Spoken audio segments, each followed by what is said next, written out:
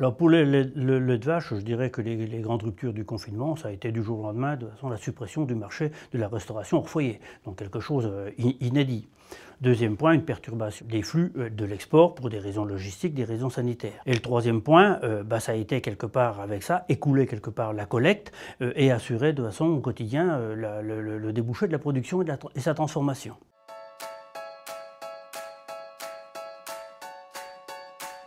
Le premier défi des transformateurs, entre autres, ça a été quelque part de pouvoir muter des produits destinés à la restauration hors foyer à la GMS, qui elle quelque part a retrouvé quelque part une augmentation par voie de conséquence de son marché, mais c'était pas les mêmes produits. Donc faire preuve d'agilité, notamment au travers de différents sites industriels. Deuxième point.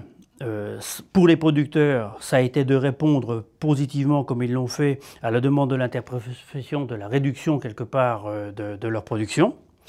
Et pour la distribution, ça a été de s'adapter très rapidement aux nouveaux modes de consommation et à la demande des consommateurs en développant quelque part la démarche de drive, en approvisionnant leur linéaire et en surfant sur la demande Internet.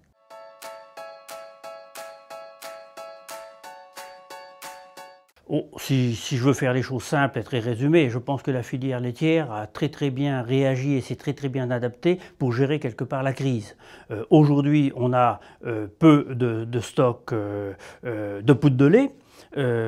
Quasiment rien de façon en public, en privé c'est complètement tolérable. On a un marché intérieur qui a été malgré tout préservé, y compris les fromages à la coupe qui ont retrouvé quelque part leur débouché sur l'été par les touristes restés en France. Et on a derrière une distribution qui, elle, concrètement, de toute façon, a su répondre aux consommateurs. Donc un marché intérieur préservé. Quant à l'export, les flux repartent.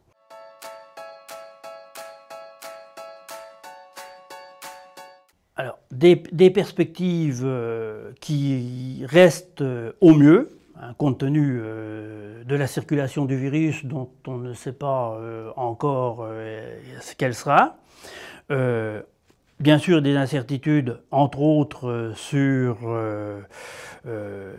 les exports. Hein. On a des pays qui ont des ressources pétrolières qui sont quand même atteints par la baisse du pétrole.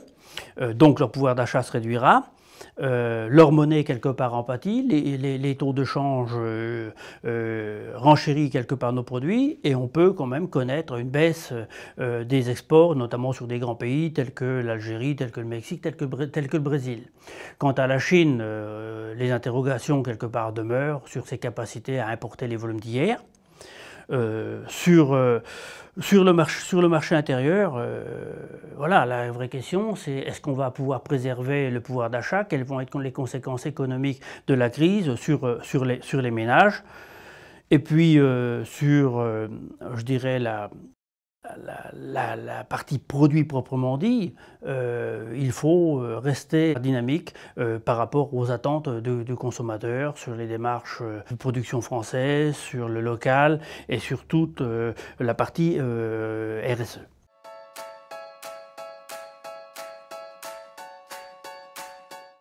Pour les producteurs, je pense qu'il faut regarder sereinement 2020-2021. Le potentiel de production est présent. La consommation intérieure demeure avec les précisions que j'ai apportées sur demain. Maintenant, pour les producteurs, je pense que le meilleur des conseils, c'est quand même qu'ils gèrent leur budget avec un prix du lait qui pourrait quand même connaître une pause en termes d'évolution sur l'année 2020-2021 parce que ça sera probablement un frein à l'embellie qu'on a pu connaître.